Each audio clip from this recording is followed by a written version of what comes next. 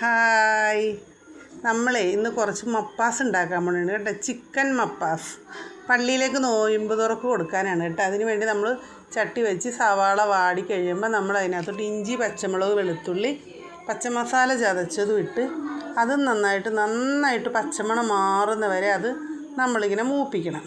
അത് കഴിയുമ്പോൾ അതിനകത്തോട്ട് തക്കാളി ഇടും. തക്കാളി നന്നായിട്ട് വഴന്ന് കഴിയുമ്പോൾ നമ്മൾ അതിനകത്തോട്ട് പൊടികൾ ചേർക്കും.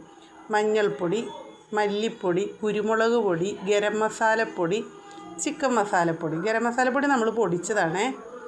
അത്ര സാധനങ്ങൾ ചേർത്ത് അത് നന്നായിട്ട് മൂത്ത് പച്ചമണമൊക്കെ മാറിക്കഴിയുമ്പോൾ നമ്മൾ അതിലോട്ട് ആവശ്യത്തിന് വെള്ളം ഒഴിച്ച് അതും ഒന്ന് തിളച്ച് വരുമ്പോഴാണ് നമ്മൾ അതിലോട്ട് കഴുകി വൃത്തിയാക്കി വെച്ചിരിക്കുന്ന ചിക്കൻ ഇട്ട് കൊടുക്കും.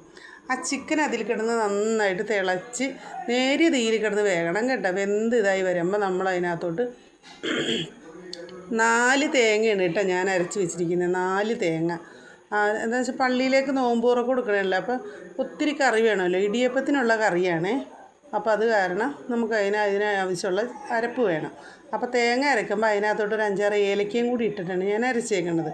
ഇനി ഇതൊന്ന് താളിച്ചും കൂടി എടുക്കുമ്പോഴത്തേക്കും കറിയുടെ പരിപാടി കഴിയും കണ്ടോ. ഇനി ഇതൊന്ന് നന്നായിട്ട് തിളച്ച് വറ്റി എണ്ണ തെളിഞ്ഞ് നന്നായിട്ട് എണ്ണ തെറ്റി വരണം. അപ്പോഴത്തേക്കും നമ്മൾ അതിനകത്തോട്ട് തക്കാളി ഇട്ട് കുറച്ച് മല്ലിച്ചീര, വേപ്പിലയൊക്കെ കൂടിയൊക്കെ നമ്മൾ ഇതിനകത്ത് ഇടും. പിന്നീട് പിന്നെ കുറച്ച് കട്ട്ലേറ്റും, സമൂസ, കുറച്ച് ഫ്രൂട്ട്സ്, നാരങ്ങ വെള്ളം, ചായ, ഇത്രയും സാധനങ്ങൾ ഇന്ന് കൊടുക്കണമല്ലോ കേട്ടോ. ഇന്ന് അവിടെ ആരും ഇന്ന് നോമ്പുറപ്പിക്കാനില്ല എന്ന് പറഞ്ഞപ്പോൾ നമ്മളത് ഏറ്റതാണ്.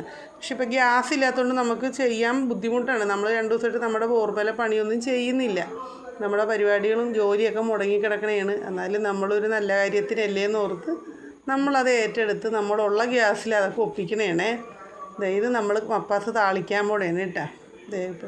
ചട്ടി വെച്ച് പെരിഞ്ചീരകം പൊട്ടിക്കഴിഞ്ഞപ്പോൾ അതിനകത്ത് ഉണക്കമുളക് ഇട്ട് ഞാനിപ്പോൾ പൊടിച്ചിട്ടത് കശുവണ്ടിയാണ് കേട്ടോ. 5-6 കശുവണ്ടി ഇങ്ങനെ വെറുതെ ഒന്ന് കുത്തി ചതച്ച് അതും ഇട്ട് ഇനി ഇതിലോട്ട് നമ്മൾ ഒരു പിടി വേപ്പില ഇട്ട് അതും ഇതായി കഴിയുമ്പോഴത്തേക്ക് 2-3 വെളുത്തുള്ളി ചതച്ചിട്ടിട്ടുണ്ട് അതിനകത്തെ.